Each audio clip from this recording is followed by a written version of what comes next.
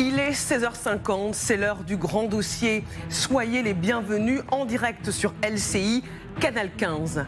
Ces dernières heures ont tout fait basculer. Le guide suprême, l'ayatollah Ali Khamenei, menace directement Donald Trump.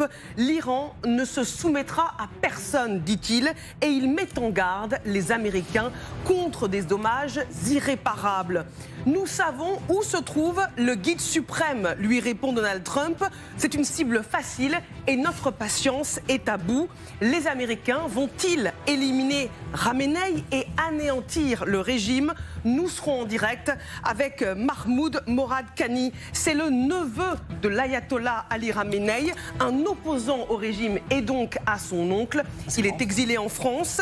Peut-il y avoir un soulèvement en Iran si le régime tombe? Nous lui poserons la question. Sur le terrain, pendant ce temps, les commandants américains ont déjà placé leurs troupes en état d'alerte maximale dans les bases militaires américaines représentées en rouge dans la région, car l'Iran ciblerait potentiellement toutes ces bases. Téhéran qui annonce avoir déjà lancé des missiles hypersoniques vers Israël. Quelle est la réalité de l'arsenal militaire iranien? C'est ce que nous verrons, image à l'appui, avec le colonel Pierre de Jong dans un instant.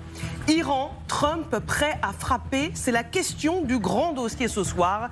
Écoutons les menaces du guide suprême iranien et la réponse de Trump aujourd'hui. Si les États-Unis interviennent sur ce terrain, en particulier par le biais d'une intervention militaire, les dommages qu'ils subiront seront sans aucun doute irréparables.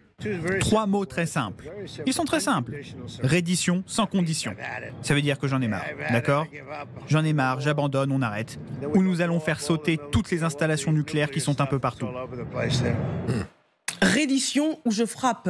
Les mots de Donald Trump sont extrêmement forts. Partons justement aux États-Unis, retrouver nos envoyés spéciaux. Vous le savez, nos équipes sont partout où le conflit se joue. Et on va retrouver Hélène Bonnet avec Éric Josset en direct ce soir de Washington.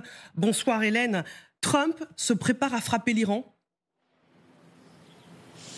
Alors d'abord, peut-être Marie-Aline, juste un mot sur le cadre de cette déclaration. Ça fait quand même plusieurs heures qu'on attendait une réaction de Donald Trump, soit une déclaration, soit un message sur ses réseaux sociaux. Et finalement, il a pris la parole dans le jardin de la Maison-Blanche alors qu'il participait à une petite cérémonie. Le cadre était très détendu. Et puis d'un seul coup, les journalistes l'ont interrogé sur la situation en Iran. Est-ce qu'il va frapper? Il a répondu de façon assez ambiguë. Je peux le faire ou peut-être pas. Personne ne sait ce que je vais faire. Déclaration ambiguë aussi sur la situation de l'Iran qui tantôt, dit-il, arrive trop tard pour négocier et qui en même temps lui aurait proposé de nouvelles discussions, de renvoyer une délégation à la Maison-Blanche. Mais ce que l'on retient effectivement, c'est cet ultimatum de nouveau lancé par Donald Trump, une capitulation sans condition. Et il a expliqué ce que cela signifiait. Il a dit que l'Iran devait être abandonné et que derrière, nous irions faire exploser les installations nucléaires. Voilà l'objectif de Donald Trump. On comprend que c'est bien l'éradication de ces sites nucléaires. Il n'a pas dit s'il allait lancer les opérations. Il a conclu en disant qu'il n'avait pas non plus donné sa décision au Premier ministre israélien Benjamin Netanyahou, mais qu'il lui avait donné la consigne de continuer ses opérations militaires. Merci beaucoup Hélène Bonnet avec Éric Josset en direct de Washington ce soir. Allons plus loin dans le grand dossier. J'ai le plaisir d'accueillir le colonel Pierre de Jong. Bonsoir. Bonsoir. Vous êtes consultant géopolitique pour LCI, vice-président de l'Institut Thémis. Magali Barthès, bonsoir. Bonsoir. Notre éditorialiste international sur LCI. Louis Saillant, bonsoir. Bonsoir. Ancien capitaine dans les forces spéciales et auteur de ce livre, Chef de guerre aux éditions Mareuil. Merci d'être avec nous dans le grand dossier ce soir. C'est désormais un face-à-face Trump, guide suprême iranien qui se joue. L'ayatollah a menacé le président américain il y a quelques heures. L'entrée des États-Unis dans cette guerre se fait entièrement à leurs dépens. Les dommages qu'ils subiront seront bien plus importants que ceux que pourrait subir l'Iran.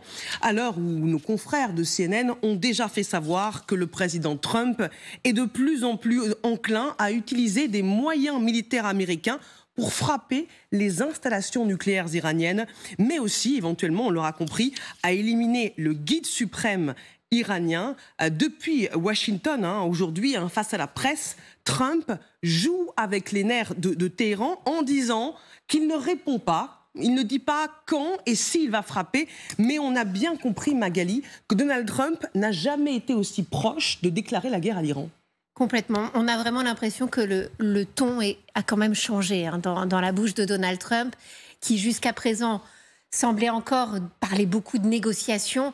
Là, quand il dit ma patience est arrivée à bout et j'ai dit à Benjamin Netanyahou continue, et qu'il s'associe de plus en plus en disant nous avons détruit les défenses antiaériennes iraniennes, on sent que de plus en plus finalement il a récupéré finalement ces frappes israéliennes presque à son profit, et que maintenant c'est presque aussi sa guerre à lui. Et c'est vrai qu'on sent une différence de ton qui est absolument flagrante. Et ce qui nous frappe, nous, c'est la désinvolture avec laquelle Donald Trump finalement annonce qu'il va raser les installations nucléaires iraniennes, qui est quand même le dossier qui empoisonne le monde depuis quand même des décennies.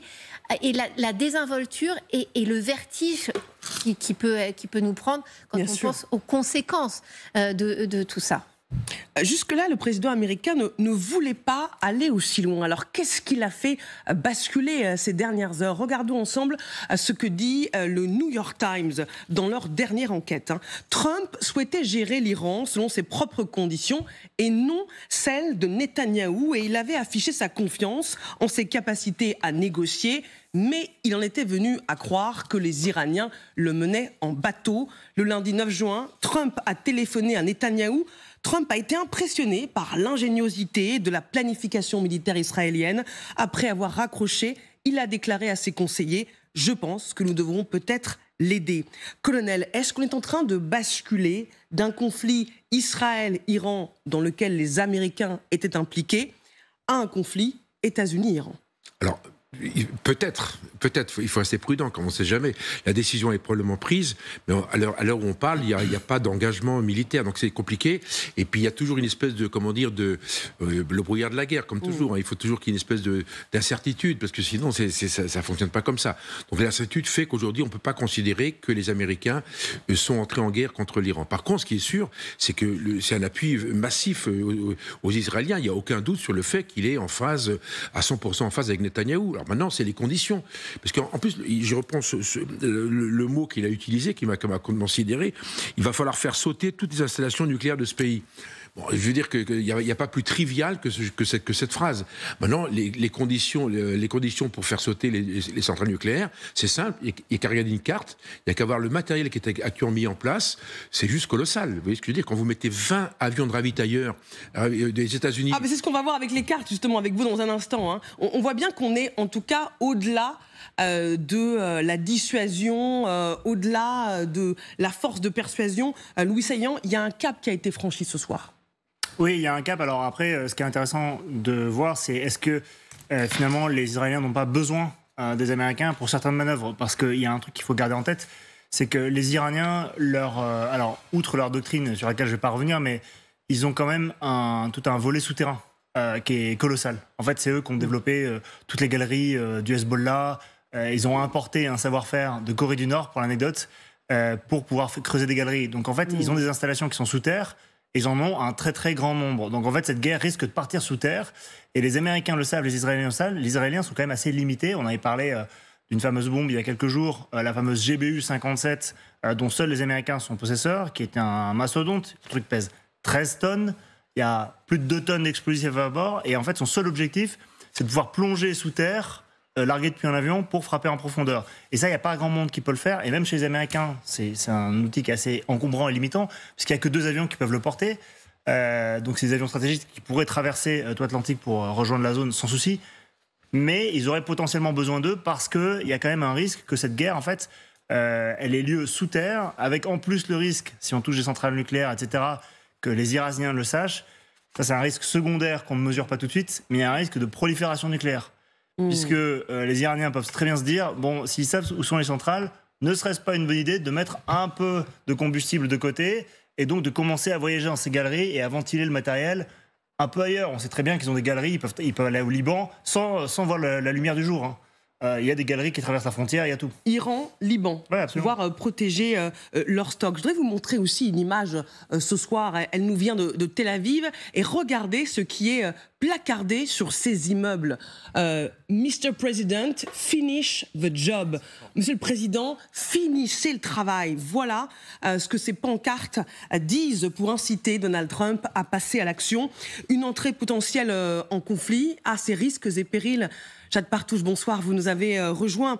La dernière guerre américaine au Moyen-Orient, ça s'était plutôt mal passé. Oui, c'était en Irak en 2003, effectivement, et à plusieurs niveaux, cette intervention militaire a été considérée comme un fiasco. En tout cas, effectivement, le bilan est extrêmement controversé. L'objectif initial de cette guerre, c'était quoi ? Renverser Saddam Hussein, empêcher la prolifération d'armes de destruction massive et instaurer la démocratie. Alors certes, assez rapidement, les États-Unis affichent le succès de la capture de Saddam Hussein et l'armée irakienne est quand même pas mal désorganisée assez rapidement, sauf qu'après le renversement du régime, vient le moment de prouver la présence et l'anéantissement des fameuses armes de destruction massive. On se souvient de cette séquence de Colin Powell qui, à l'ONU, brandit justement cette fiole pour prouver la présence en Irak de substances chimiques dans des armes extrêmement de guerre extrêmement graves qui sont en fabrication, sauf qu'elles n'ont en fait en quelque sorte jamais été trouvées. Aucune preuve formelle n'a été apportée. C'était pourtant la seule justification. Donc les États-Unis se sont retrouvés en Irak sans véritable stratégie. La guerre n'avait pas été suffisamment préparée selon certains experts et le renversement du régime a fait en fait émerger des milices armées désireuses de prendre le pouvoir. On a bien sûr en tête Al-Qaïda. Les États-Unis se retrouvent en fait au milieu de sunnites et chiites qui s'affrontent pour justement, enfin qui profitent en tout cas de la fragilité du pouvoir. C'est quand les chiites prennent le contrôle de Bagdad que les États-Unis commencent à amorcer justement leur retrait et ils disent à ce moment-là avoir réussi à remettre de l'ordre ou en tout cas avoir apporté de la stabilité dans la région. Bilan humain, 4500 morts côté américain et plus de 30 000 blessés, entre 150 000 et 600 000 pertes civiles irakiennes et un coût financier qui est estimé à peu près 2 000 milliards de dollars selon certains experts. Sauf que cette accalmie n'était que ponctuelle parce que l'Irak, après ça, s'enfonce dans une instabilité chronique et le vide laissé par le régime provoque l'émergence de Daesh. On a tous en tête. Il suffit de jeter un œil aux enquêtes d'opinion pour comprendre effectivement à quel point cette guerre n'a pas été acceptée par les Américains. De 76% au début de la guerre, on est passé 4 ans plus tard à 30%. C'est donc la crédibilité de tout un pays qui a été entachée après cette guerre et une méfiance plus générale quant à l'occupation américaine. Et le paradoxe ultime, pour revenir à ce dont on parle aujourd'hui, ce qui est ressorti de tout ça, c'est un Iran renforcé avec une influence iranienne bien plus importante dans toute la région. Merci beaucoup, Jade. Et on comprend bien avec vos chiffres à quel point cette guerre en Irak est un traumatisme pour les Américains, raison pour laquelle l'Amérique, la population est extrêmement divisée, même dans le propre camp des plus fervents soutiens à Donald Trump, ce qu'on appelle les MAGA, les Make America Great Again. En tout cas, que ça plaise ou non, sur le terrain, les commandants américains ont déjà placé leurs troupes en état d'alerte maximale dans les bases militaires de la région, car l'Iran pourrait cibler toutes les bases des États-Unis dans les pays arabes et participant à une attaque. C'est ce que nous allons voir plus précisément justement avec vous, colonel Pierre de Jong. On a cette première carte pour vous permettre de bien resituer. C'est ce qu'on vous montrait hier. Ce porte-avions US Nimitz, donc qui est placé au large de la Malaisie, qui est en route pour rejoindre 2 autres porte-avions, l'US Carl Vinson et le destroyer US Thomas Unner, au large de l'Iran. Premier mouvement.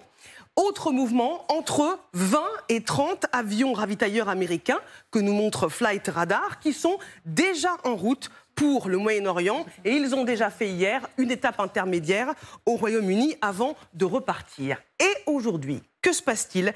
Eh bien, regardez un autre indice qui nous montre que les Américains se préparent à la guerre. Il y a ces 4 bombardiers lourds, 1, 2, 3, 4, qui se trouve désormais sur cette base américaine de l'île Diego de Garcia dans l'océan Indien. 4 bombardiers lourds, une base américaine qui se trouve à 5200 km de l'Iran et du site de Fordo, le site nucléaire stratégique que vous allez voir sur l'autre carte. Alors, colonel, pourquoi un tel positionnement? Pourquoi ces bombardiers lourds sur l'île de Diego Garcia? Alors pour une raison très simple, c'est qu'en fait cette île est une île à l'origine qui était mauricienne. Les Britanniques ont chassé les populations et en fait ont installé une base. Et ils l'ont prêtée, donnée aux Américains depuis quelques années. Donc c'est une base, c'est une île, donc c'est l'île des Chagos. Hein. Sur cette île, il n'y a pas un seul habitant, il n'y a que des militaires. Moi, j'y étais une fois à l'occasion de mes activités à l'île de la Réunion. J'ai eu l'occasion d'y aller. C'était vraiment très compliqué pour y aller. Totalement secret, totalement confidentiel. Les Américains sont très touchy sur le sujet. Ça leur plaît pas d'avoir quelqu'un comme moi qui se promène sur la base. Et en fait, c'est une base, c'est une île base. Donc là-dessus, on peut stocker des tonnes de matériel. Donc en fait, c'est un peu la base arrière d'un dispositif global mondial qui traite à la fois de l'océan Indien, mais bien évidemment toute la partie de l'Afrique, le Moyen-Orient, bien évidemment, et même sur l'Asie. Donc on voit bien qu'on est à la poignée de l'éventail. On est dans une zone fondamentale qui, en fait, vous êtes à égale distance, en fait, de l'Afrique et de l'Asie. Ça permet de passer par le détroit de Malacca et éventuellement rejoindre. Donc, encore une fois, c'est stratégiquement important. Du coup, cette base est fondamentale. Pourquoi? Parce que vous mettez n'importe quel avion. Là, c'est les B-52 qu'on a vus. Il y en avait 4. Les B-52, c'est les gros porteurs qu'on évoquait il y a quelques minutes. Donc, il n'y a que 2 avions capables de porter, la grosse bombe, le GBU-57, qui fait comme 13 tonnes. Voilà, ce sont ces méga-bombes qui seules pourraient détruire le site nucléaire de Fordo que l'on voit ici au nord. Pour percer, le problème, il faut l'avion. Alors, on aurait pu imaginer à un moment donné, très concrètement, que les Américains donnent ou prêtent cette bombe aux Israéliens, mais les Israéliens n'ont pas cette bombe. Donc, et là, on se rejoint le discours du président Trump tout à l'heure, lorsqu'il dit qu'il faut frapper pour détruire, pour détruire les installations, il faut bien avoir la bombe, et comme il faut la bombe, il faut les avions, et l'avion, il faut le pilote. Donc vous avez un avion américain avec le drapeau américain sur la cabine de pilotage. Donc là, évidemment, si c'est les Américains qui vont bombarder les installations nucléaires, évidemment, les Américains seront engagés. Et c'est ça le sujet. Donc c'est ça. Et tous les avions qu'on voit, concrètement, les 20 ravitailleurs, peuvent servir, parce que les distances de 5200 km, c'est une grande distance, même si ces 2 avions, le B-2 furtif et le B-52, qui est un vieil avion, mais qui vole extrêmement haut, qui est quasiment indétectable et intouchable, avec une artillerie solaire. Donc, bilan, ces deux avions qui peuvent porter. Comme ils ont une capacité de 30 tonnes, ce qui veut dire que chacun de ces avions peut emporter 2 bombes. Emporter 2 bombes. Voilà, donc c'est ça le sujet. Avec une grande autonomie aussi, hein. Ça vole 14 000 km sans ravitaillement. Oui, ça vole quasiment. En fait, ces 2 engins, c'est les vecteurs de l'armement nucléaire américain. C'est la dissuasion américaine. Alors, les Américains ont d'autres moyens, d'autres vecteurs, comme les sous-marins nucléaires lanceurs d'engins, mais ça, c'est la partie aérienne et qui date de Mathusalem. C'est les années 50, le B-52. Mais c'est l'avion qui est extrêmement fiable, qui a servi pendant la guerre du Vietnam pour bombarder, parce qu'il y a une capacité de 32 tonnes d'armement, c'est colossal. Donc on peut en mettre des bombes et entre autres, vous pouvez mettre les 2 fameuses bombes et le B-2, même chose. Donc là, le B-2, on sait que le B-2, il y en a 5 ou 6 qui ont été positionnés à Diego Garcia, plus les 4, on est sur un modèle de 10 avions capables éventuellement de les bombarder. Maintenant, pourquoi il y a des ravitailleurs également? Oui. C'est qu'on peut supposer qu'autour de cette armada... On peut revoir la carte des ravitailleurs. Exactement. Entre 20 à 30. Et justement, pour protéger ces avions-là, soit les Américains, à partir des porte-avions, vous allez avoir des F-16 qui vont décoller, par exemple, ou des F-22, parce que les F-22, c'est un avion pour détruire d'autres avions, pour faire court, pour être pas trop technique, ce qui veut dire qu'il faut protéger les avions bombardiers. C'est toujours comme ça. Donc on va créer autour de ces avions bombardés tout un environnement d'avions pour protéger les avions. Ce qui veut dire quoi? Les petits avions de chasse, pour faire court, n'ont pas la même autonomie en distance. Donc il va falloir les ravitailler. Ce qui veut dire que le jour où ça va décoller, tout ça, vous avez des bombardiers qui vont partir un peu partout, globalement Diego Garcia, et tout ça, ça va se rejoindre quelque part au milieu de l'océan Indien, et ils vont arriver au dernier moment, et ça, il sera protégé. J'imagine également que les Israéliens ne sont pas très loin, parce qu'eux maîtrisent parfaitement la partie brouillage, il y a toute une partie, je dirais, guerre électronique autour de ça, et les Israéliens sont extrêmement forts dans ce domaine-là. Donc on voit qu'en fait, quelque part, il faut créer cet environnement très, très technique, et c'est pour ça qu'en fait, très concrètement, que les Américains, à mon avis, ont décidé quelque chose, et là, ils sont en train de le mettre en œuvre. Et pourquoi Trump est rentré rapidement du G7 ? Parce qu'on lui a dit, voilà, phase 1, phase 2, chef, on fait comme ci, comme ça, 14 avions, 8, 9, voilà. Et donc il a dit oui, et probablement il a dit oui, parce qu'il vient de le dire directement à la télévision. Évidemment, la décision est imminente. On va continuer évidemment d'en parler. On va s'intéresser à l'arsenal nucléaire iranien, et nous serons également en direct avec Mahmoud Moradkhani, qui est le neveu de l'ayatollah Khamenei, un opposant au régime, donc à son oncle, exilé en France. Il alerte sur l'ambition du guide suprême. Peut-il y avoir un soulèvement en Iran si le régime tombe ? Évidemment, nous lui poserons la question. Restez avec nous en direct sur LCI, Canal 15, dans le grand dossier.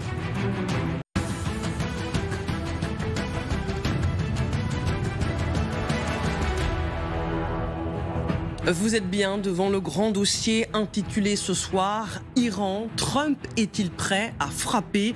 Téhéran annonce avoir tiré des missiles hypersoniques vers Israël. Quelle est la réalité de l'arsenal militaire iranien?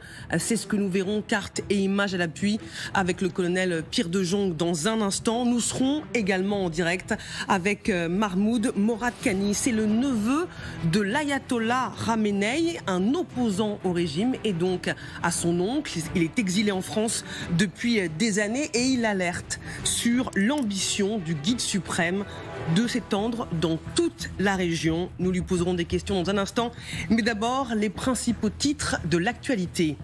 À la une, en pleine escalade de tensions entre l'Iran et les États-Unis, ce conseil de défense en France qui se déroule actuellement à l'Élysée, un conseil présidé par Emmanuel Macron. La réunion se tient à huis clos et il y aura sûrement un communiqué à l'issue de cette réunion que nous vous transmettrons évidemment sur LCI.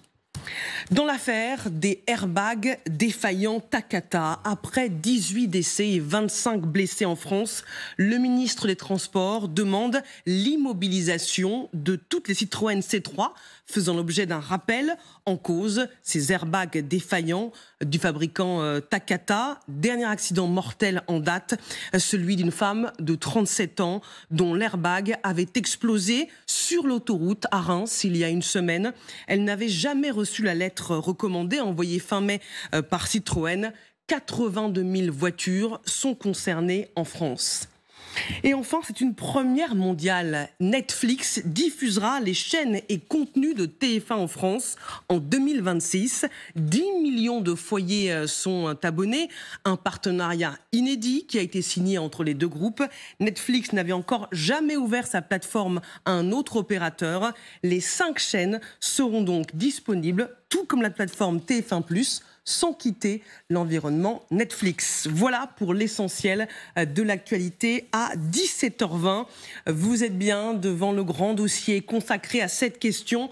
Iran, Trump est-il prêt à frapper? Avec le colonel Pierre de Jong, avec Magali Barthès, avec Louis Saillant, ancien capitaine dans les forces spéciales, et accueillons Jean-Marie Guéhenno. Bonsoir. Bonsoir. Diplomate français, ancien secrétaire général adjoint de l'ONU, spécialiste des questions de défense et auteur de ce livre, Le premier 21e siècle de la globalisation à l'émiettement du monde, aux éditions Flammarion. Merci beaucoup d'être avec nous dans le grand dossier.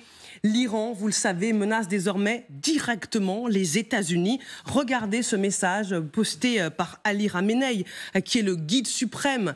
La bataille commence avec ces images d'un rempart qui est attaqué évidemment par ces missiles en feu. Une image qui fait référence à une célèbre bataille menée par Mahomet. Et écoutez ce qu'ajoute le guide suprême iranien. L'ennemi sioniste a commis une grande erreur, un grand crime. Il doit être puni. Il est puni en ce moment. Le fait même que ses amis américains entrent en scène et parlent est un signe de sa faiblesse et de son impuissance. Partons en Iran retrouver Siavosh Ghazi, correspondant RFI France 24 en Iran. Vous êtes en direct de Téhéran. Bonsoir Siavosh. L'ayatollah a donc décidé de répondre à Trump dans sa prise de parole aujourd'hui. Absolument. Il a affirmé que il n'était pas question pour l'Iran de céder face à la fois aux pressions et menaces américaines, mais aussi à l'attaque qui est menée depuis 6 jours par Israël. Il a affirmé que si les États-Unis s'impliquaient dans le conflit, il y aura des conséquences avec des dommages irréparables pour les États-Unis. Une menace de représailles contre par exemple les bases américaines dans la région. Il a aussi ajouté que l'Iran résistait actuellement à une agression qui lui a été imposée et de même il résistera également à toute paix qui sera par exemple imposée de l'extérieur. Ce qui veut dire en clair que pas question d'accepter par exemple ce que demande le président Trump, un démantèlement complet du programme nucléaire iranien, ou en tout cas du programme d'enrichissement d'uranium, ou par exemple du programme balistique de Téhéran.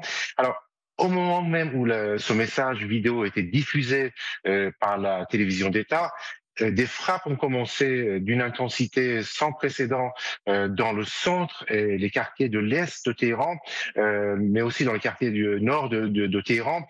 Par exemple, dans les quartiers est de Téhéran, j'ai entendu pendant 5 minutes, une cinquantaine de détonations. Donc là, il y a une concentration de bases militaires. Dans le centre de Téhéran, il y a également une base, un quartier général de la police. D'autres endroits ont été également frappés dans ces quartiers, de manière très intense. Et en même temps, il y a eu des frappes dans 2 sites des gardiens de la Révolution, un peu plus à l'est, à une cinquantaine de kilomètres à l'est de Téhéran, la base de Hajir et la base de Parchin, qui sont des bases des gardiens de la Révolution, très très secrets. Et notamment la base de Hajir, c'est là, par exemple, que il y a d'après ce qu'on sait, il y a la fabrication de missiles ou des équipements de missiles. Et en même temps, plus tôt dans la journée, il y a eu des frappes sur la ville de Karaj, qui est donc située à 50 km, mais cette fois-ci à l'ouest de Téhéran. Et là, 2 sites, 2 usines de fabrication de centrifugeuses ou de différents équipements de centrifugeuses ont été également touchés de plein fouet. On comprend bien, grâce à vous, l'intensité de cette guerre. Merci Siavosh Ghazi, en direct de Téhéran ce soir. Puisque vous parliez des gardiens de la Révolution, cette nuit, ils ont annoncé avoir lancé des missiles hypersoniques balistiques Fatah 1. Ce sont des images de l'agence de presse iranienne qui ont été publiées aujourd'hui. Ces armes seraient capables de contrer les systèmes de défense antimissiles. Nous y reviendrons avec le colonel. Mais d'abord, Jean-Marie Guéhenno, est-ce qu'on assiste ce soir à un face-à-face Trump-Ramenei, États-Unis-Iran? Ce qui est curieux, c'est que Trump a parlé de reddition alors qu'il se vante d'être un grand négociateur. Et s'il y a une possibilité de négociation avec l'Iran, il fallait quand même éviter de l'humilier. Et en utilisant ce genre de mots, il semble maintenant être complètement le prisonnier de Netanyahou, qu'il a piégé, parce qu'il n'y a pas de doute qu'au départ, il ne souhaitait pas l'option militaire, parce que beaucoup d'Américains et d'Américains qui le soutiennent ne veulent pas une guerre de plus en Iran. Il a sans doute dit à Netanyahou, mais il l'a dit mollement. Et Netanyahou s'est lancé, et ensuite a un argument très fort vis-à-vis de Trump, parce qu'il peut dire à Trump, écoutez, si on ne finit pas le travail, si on ne détruit pas Fordo, à ce moment-là, les Iraniens peuvent accélérer leur programme nucléaire. Donc il est piégé. Alors, est-ce qu'il y a un face-à-face Je crois que les Iraniens sont dans une position d'extraordinaire faiblesse. Ils ont perdu leur allié, enfin le Hezbollah n'a pas disparu, mais il est opérationnellement extrêmement affaibli. Le Hamas est aussi extraordinairement affaibli. La Syrie de Assad est tombée. Donc toute la stratégie de dissuasion qu'avait l'Iran avec la menace de pouvoir multiplier les attaques de missiles sur Israël, mais s'est il reste effondré. la Russie, il reste la Corée du Nord qui peuvent soutenir éventuellement l'Iran. Éventuellement, mais est-ce que la Russie est en mesure aujourd'hui? La Russie, elle n'est pas dans une position si forte que cela en Ukraine, heureusement, et donc elle a autre chose à faire. Les Coréens, ils vont pas fournir une bombe atomique à l'Iran. Ils la gardent pour eux. Donc en fait, l'Iran est très faible. Et à mon avis, c'était une occasion éventuelle pour une négociation que Trump a rejetée. Et maintenant, il est au pied du mur.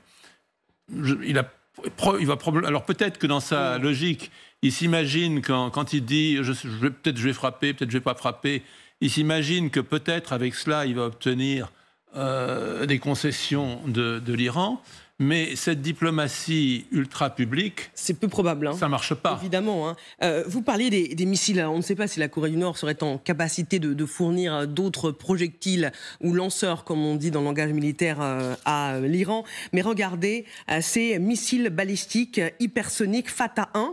Alors ce type de missile, dont le nom signifie vainqueur ou victoire en arabe, sont des armes redoutables qui pourraient être utilisées pour viser les bases américaines qui se trouvent dans la région. On va les regarder ensemble, car l'Iran a déjà prévenu, en cas d'attaque, elle pourrait commencer à miner notamment le détroit d'Ormuz, qui est une tactique destinée à immobiliser les navires de guerre américains dans le golfe Persique. Quel est l'intérêt et puis aussi le revers du minage de cet espace ?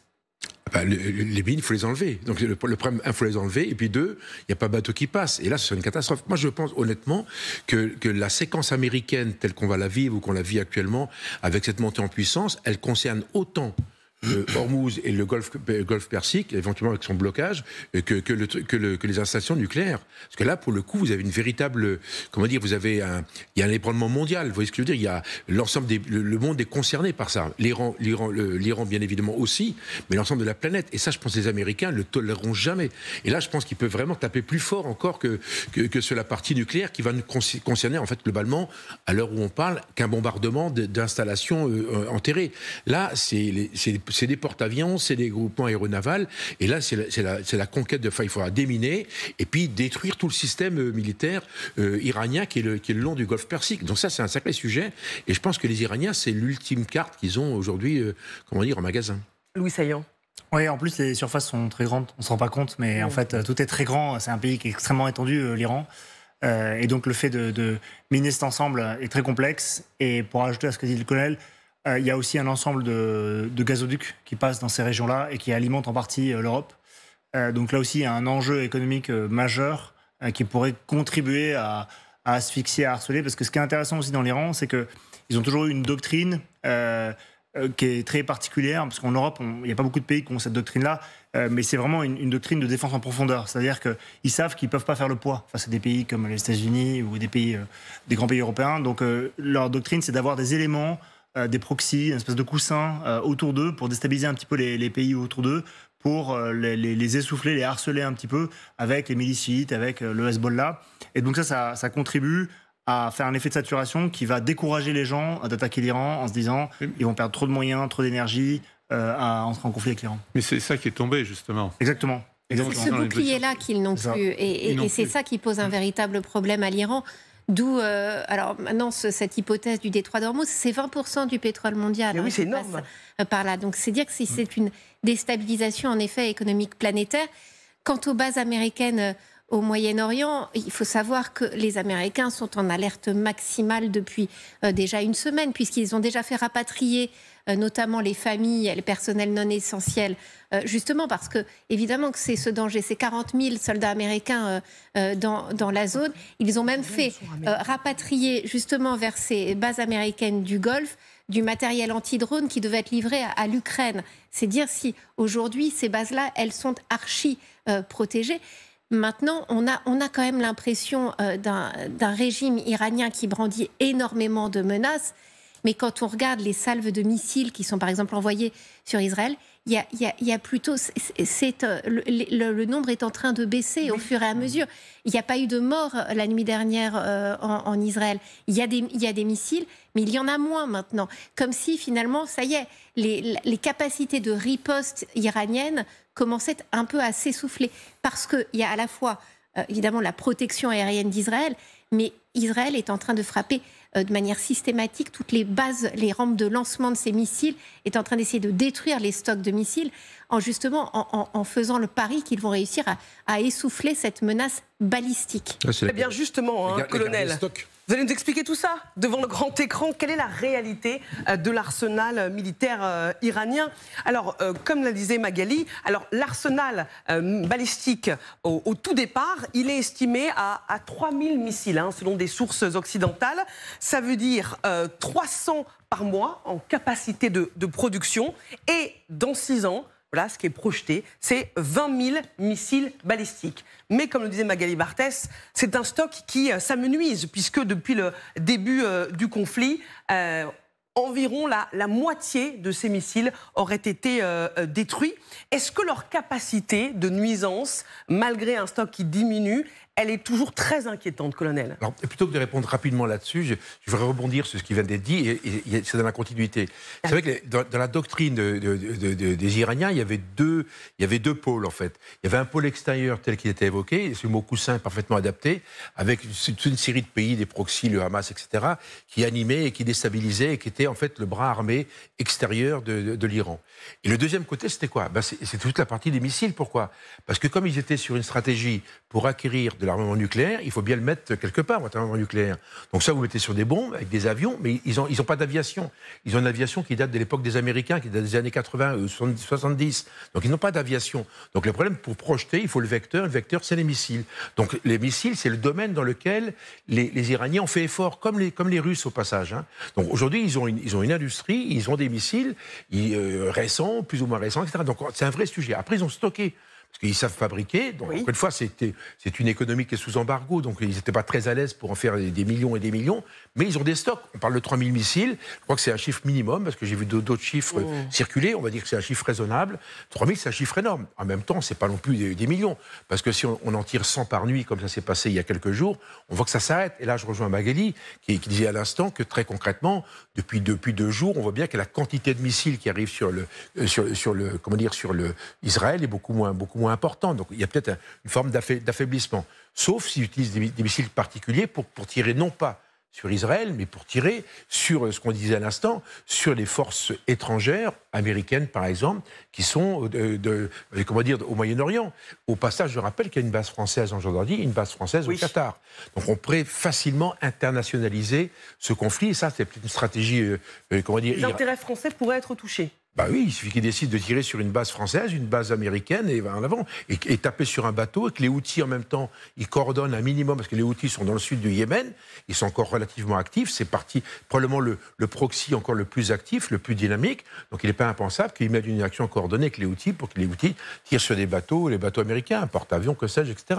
Donc on peut avoir un embrasement assez facile, si vous voulez, grâce à ces missiles. Et pourquoi c'est facile? Parce que ça tire loin.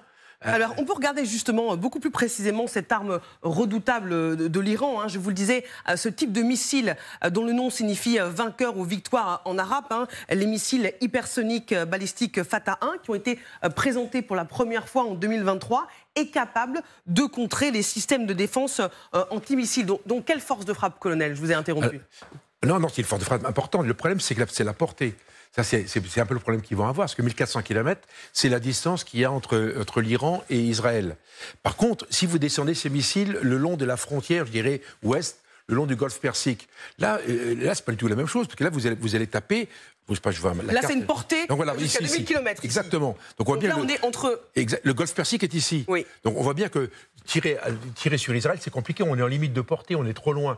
En général, un missile ne tire pas à 1400... S'il est prévu pour 1400 km, on va tirer à 1000 km ou 800 km. On va tirer à mi-portée ou à 1000 km au maximum. Donc, on voit bien que le missile que vous avez montré n'est pas destiné pour tirer sur Israël. Il est destiné pour tirer à partir du golfe Persique. Vous le positionnez ici, et là, vous tirez sur quoi? Vous tirez sur les forces américaines, sur les task forces navales américaines et sur les bases européennes qui sont là. Donc c'est un missile qui est inquiétant, non pas pour Israël, mais qui est inquiétant pour les Américains et pour les forces qui seraient en face de l'autre côté du Golfe Persique. Donald Trump, on le disait, a prévenu aujourd'hui qu'il voulait une capitulation sans condition. On a compris que Téhéran n'était absolument pas prêt à respecter cette consigne. La nation iranienne s'oppose fermement à la guerre imposée, comme elle l'a fait jusqu'à présent, et s'oppose fermement à la paix imposée. Et cette nation ne se soumettra pas à l'imposition de qui que ce soit. Jean-Marie Guéhenno, est-ce qu'on est en train de toucher, d'atteindre progressivement le point de non-retour? Ça va quand même très très loin. Oui, on est exactement dans le scénario que Trump avait promis de ne pas avoir. Parce que beaucoup des gens qui ont voté pour lui, ce qu'ils ne veulent pas, c'est une nouvelle guerre généralisée au Moyen-Orient, dans lesquelles les Américains rentrer et sortir très vite. On sait comment ça commence, on ne sait jamais comment ça finit, ce genre d'affaires. Et donc, c'est là qu'il a un vrai dilemme politique. Et on voit le parti républicain se diviser sur ce sujet. Parce qu'il y a une partie des républicains qui a toujours voulu en découdre avec l'Iran, qui rêve de changement de régime, qui est sur la ligne Netanyahou, en gros. Évidemment, eux, ils seraient très contents que, par exemple, Mitch McConnell, ce genre de républicains, ils seraient très contents que les États-Unis soient poussés graduellement à un engagement généralisé. Mais vous avez d'autres républicains, comme Steve Bannon, comme peut-être le vice-président Vance, qui voient bien que si les États-Unis s'engagent là-dedans, ça va retirer la priorité qui est intérieure, qui est de chasser les immigrants, et donc ils sont inquiets de cela. Et puis, il y aurait des conséquences sur les États-Unis. Vous parliez des attaques sur des installations américaines. Il peut aussi y avoir des attaques sur les installations pétrolières. Oui. Et puis, s'il y a des risques dans le détroit d'Ormuz, les armateurs ne font pas naviguer des bateaux quand ces bateaux risquent des pétroliers, quand ces bateaux risquent d'être coulés. Donc à ce moment-là, vous allez voir le prix du pétrole qui a déjà monté, mais décollé complètement, arrivé à 150, 170 $. Et aux États-Unis, c'est beaucoup plus sensible qu'en France. Qu'en France, la partie taxe du litre d'essence à la pompe est énorme. Donc quand le pétrole augmente, ça se voit un peu, mais c'est très amorti par les impôts. Aux États-Unis, il y a beaucoup moins d'impôts sur le pétrole, et donc vous voyez très bien, de mois en mois, de semaine en semaine, le prix du pétrole bouger. Et pour Trump, dont un des problèmes par rapport au midterm de l'année prochaine, c'est l'inflation, si brusquement les ménages qui utilisent beaucoup leur voiture, parce qu'on se déplace beaucoup plus aux États-Unis, il y a les grandes banlieues, etc., qui utilisent beaucoup leur voiture, si brusquement les ménages voient que le pétrole dont ils ont besoin pour leur voiture augmente de 30, de 40, de 50%, ça va être très mauvais. Et c'est ça le dilemme très concret auquel il doit faire face maintenant. Magali.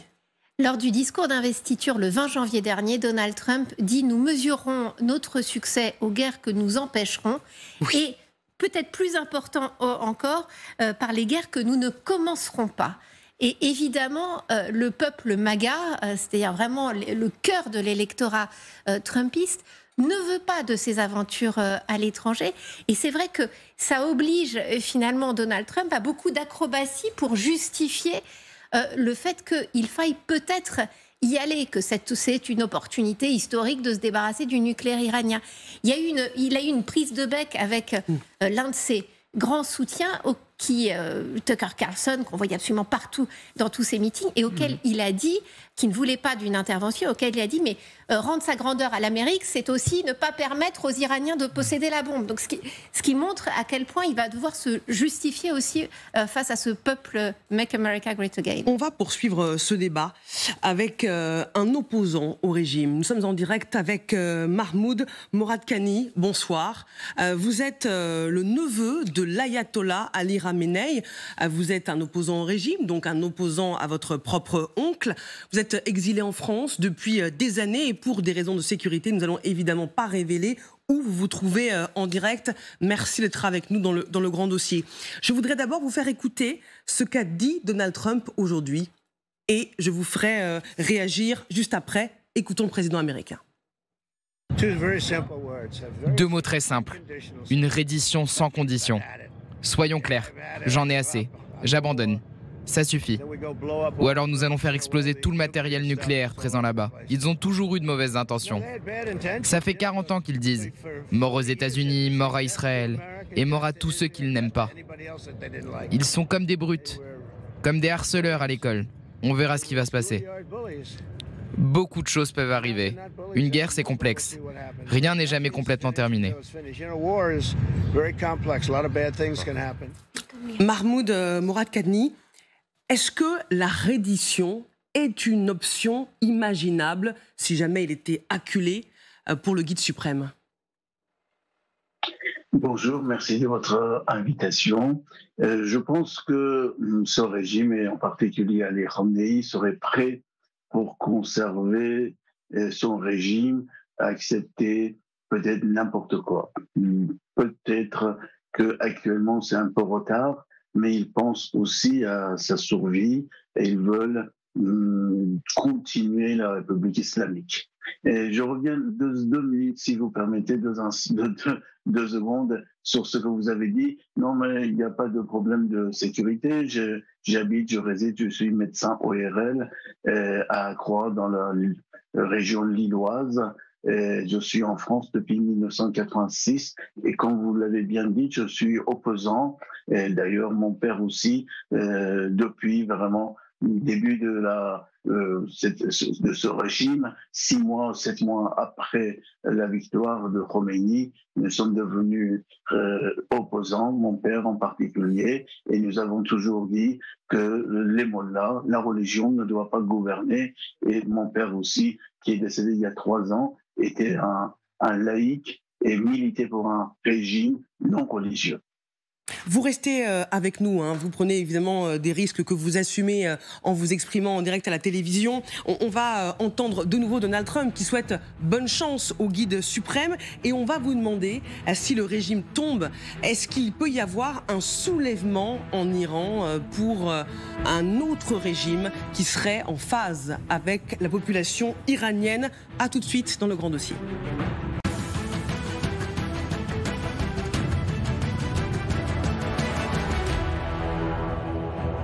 Vous êtes bien au bon endroit sur LCI, Canal 15, devant le grand dossier intitulé ce soir « Iran, Donald Trump est-il prêt à frapper ?» Pour comprendre ce qui se joue, le colonel Pierre de Jong est avec nous, consultant géopolitique pour LCI, Magali Barthès, notre spécialiste des questions étrangères, Louis Saillant, ancien capitaine dans les forces spéciales et auteur de Chef de guerre aux éditions Mareuil, et Jean-Marie Guéhenno, diplomate français, ancien secrétaire général adjoint de l'ONU et auteur de cet ouvrage, Le premier 21e siècle, de la globalisation à l'émiettement du monde, aux éditions Flammarion. Et nous sommes toujours en direct avec Mahmoud Mourad Kadni, neveu de l'ayatollah Ali Khamenei, opposant au régime, et à votre oncle exilé en France depuis des années. Je voudrais vous montrer, qu'on regarde ensemble, ce qu'a dit Donald Trump sur le guide suprême. Il dit « Nous savons exactement où se cache le soi-disant guide suprême. C'est une cible facile. Nous n'allons pas l'éliminer, le tuer, du moins pas pour l'instant. Notre patience arrive à bout. » Et écoutons ce qu'il ajoute. Il y a 1 heure à peu près, hein, c'était une séquence avec le président américain face aux journalistes. Écoutons-le. Monsieur le Président, que répondez-vous au guide suprême de l'Iran qui dit qu'il ne se rendra pas? Je lui souhaite bonne chance.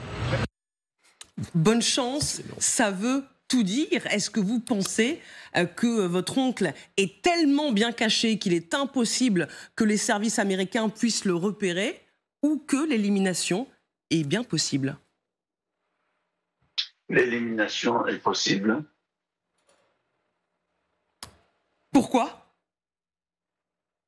Vous pensez qu'il y a... Je pense qu'il faut revenir un petit peu en arrière au niveau idéologique, et comme pour d'autres dictateurs dans le monde, dans l'histoire, il reste persuadé qu'il a raison jusqu'à dernière minute.